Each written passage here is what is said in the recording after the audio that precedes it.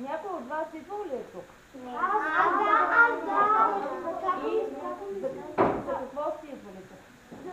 Като ми идва да взимам книги. Добре. Сега, вече разбрах, че знаете всички букви. Предполагам, че някои от вас четат много добре, а някои други. Сега им предстои да прочитат доста книжки и да започнат да четат все добре, нали? Да. Вие сега сте в детски отдел на библиотека Захари Княжев. Това е най-голямата библиотека на територията на нашия град. Тук има много детски книжки. Толкова много, че ако ги наредим една до друга, ще стигнат чак до София. И всички тези книжки са книжките на децата на Стара Загора. Всяко едно дете, което може да чете, може да дойде тук, да си вземе книжка, да я занесе вкъщи, тя да му гостува 30 дни. През тези 30 дни той да я прочете, да разгледа картинките в нея и после да я върне тук в библиотеката. Защото книжките от библиотеката се заемат и те само за малко са у нас. Само за 30 дни са наши, после трябва да се върнат пак в библиотеката, за да може да дойде някой друго дете да ги вземе и той да ги прочете. Разбрахте ли? Да. Когато отидете в книжарницата и си вземете книжка оттам, вие си я купувате и тя става за винаги ваша, нали? А нашите книжки ходят на гости на децата и после се връщат тук в библиотеката, защото тук е техния дом. Книжките в библиотеката имат строго определени места. Затова искам да ви помоля, сега като ви дам възможност да разгледате книжките, да гледате само тези книжки в двете страни, които са в гондолите. От тази страна са книжките с приказки, а от другата страна са книжките с енциклопедии. И ви обяснявам защо. Всички останали книжки може да разгледате тогава, когато дойдете с мама или с тати тук в библиотеката. Защото ако ви пусна сега на стелажите, вие сте доста намирни и палави, като ви гледам. Поне това ми показвате. И сигурно после няма да можем да намерим място на нито една книга. Всичко ще стане и така. Нали? Да. А пък това не е желателно да се случва, защото след това ще дойдат други деца и като поискат някоя книга, аз трябва да я намеря, да я дам, пък как ще стане това? След това мисля, че невъзможно.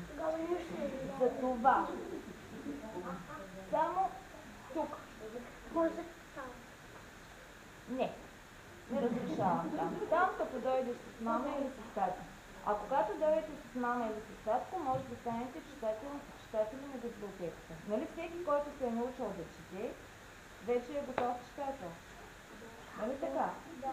А ако иска да се взема книги от библиотеката, трябва да стане читател на тази библиотека. За целта идвате с вашите родители или с един от двамата, а пък ако са много заети, идвате с баба или с дядо и те си носят лична карта. Ще ме размествам? Носят си лична карта, прави ви снимка и ви издаваме читателска карта, която ви дава право, като дойдете в библиотеката, да си вземете 5 книжки, които да занесете в къщи, да ги прочетете и после да ни ги върнете пак в библиотеката. Още малко остава до края на учебната година, а пък в края на тази година госпожа Филипова ще ви даде един списък с заглавия на книги и ще каже: мили деца, на есен като се видим, и тия книги да са прочетени. Да? Вярвате ли? Да. Така. И тези книжки може да дойдете и да ги вземете тук от библиотеката, да ги прочетете и да ни ги върнете. Защото до година ще дадат други книжки с учителите. И така, много книжки трябва да минат пред ръчичките и пред очичките. А тези ръчички, когато пипат книжки, трябва да бъдат много чисти. Книжките имат една молба към тях, към вас, и аз сега мисля да ви я прочета тази молба, за да я запомните много добре И всеки път, когато вземете книжка, да се сещате за тази молба. Защото книжките, както хората, имат своя душа, имат тяло. Ето това се казва книжно тяло.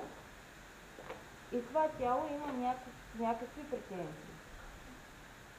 И за да може да ни служи и да ни ползва дълго време, ние трябва да имаме отношение към книга.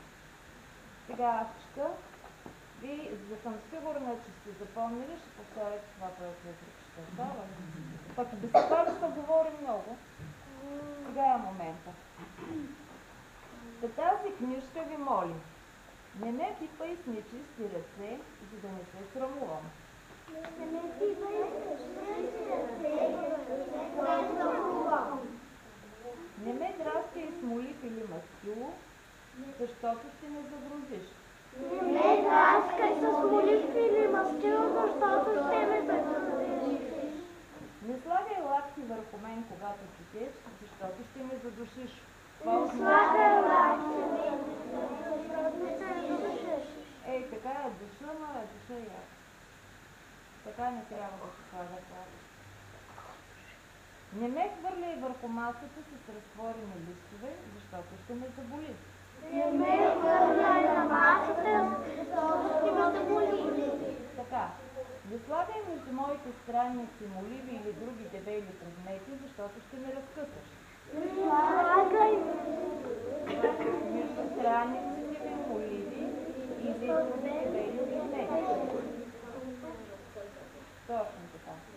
И последно. Не прегъвай листите ми, за да отбележиш до къде си прочел.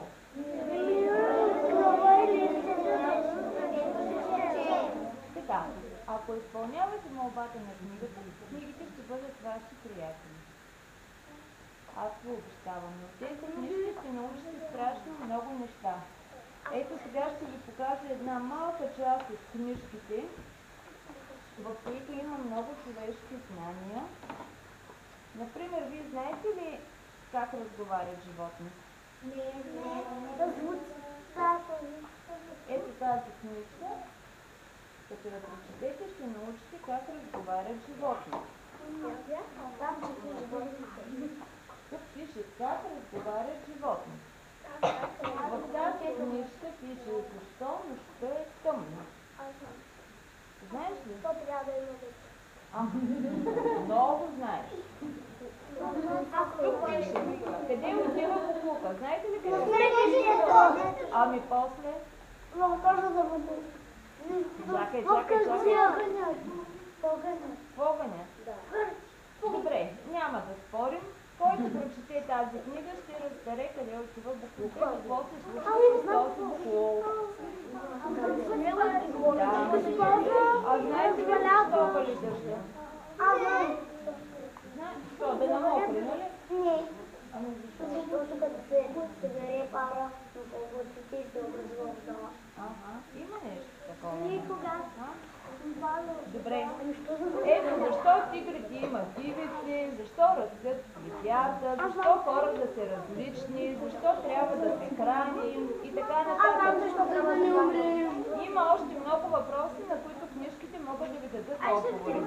Освен книжки, в които има отговори на въпроси, има и много книжки, с които може да се забавлявате и да се занимавате. Чели ли сте до сега книжки?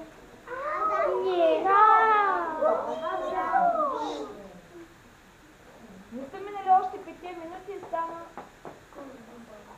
Как издържате в час, бе? Ето това е една книжка на Угли. Гледали ли сте филм? Може да прочетете и книжката, за да видите това, което е във филма, дали го има в книжката. Кой според вас? Кое е първото? Книжката или филма? Филма. Дали?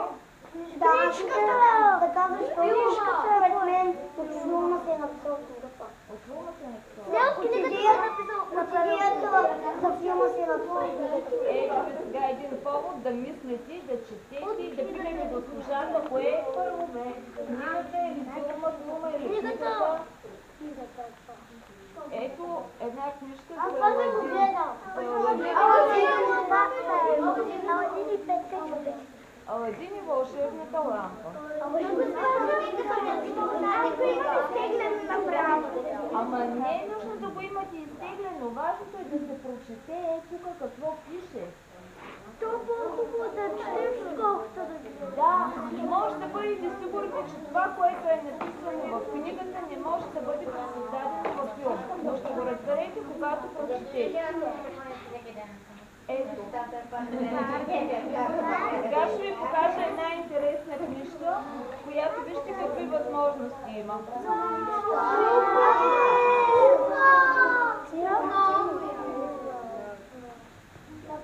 Ето тук има една. Сядайте всички по местата, бързо по местата, бързо долу. Ще отворя, седнете всички, за да можете да виждате. Принцеса!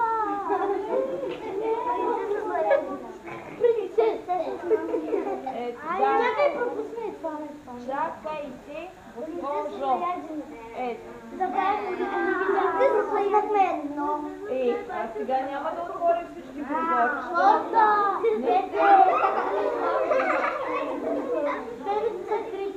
Трябва да има и тайни. Който стане читател и вземе книжката, ще ги разгледа всички. Аз съм читател. Тук имам още една книжка с приказки за принцеси. А за децата имам такава книжка. Аз съм много момчета.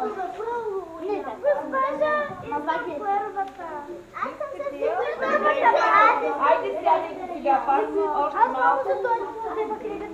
Ще се борите с такива. Ало, господа. Много моля. Ето тук има книжни приказки в Рим. Знаете ли какво значи Рим? Да, нещо се римува. Нещо се римува. Госпожо, ти тръгнала за мен и ще ме събарят отново. Сега, искате ли да си прочетем, аз да ви прочета една приказка или другия вариант е госпожата да ви каже какво ви е подготвила, защото знам, че има изненада. Искам изненада.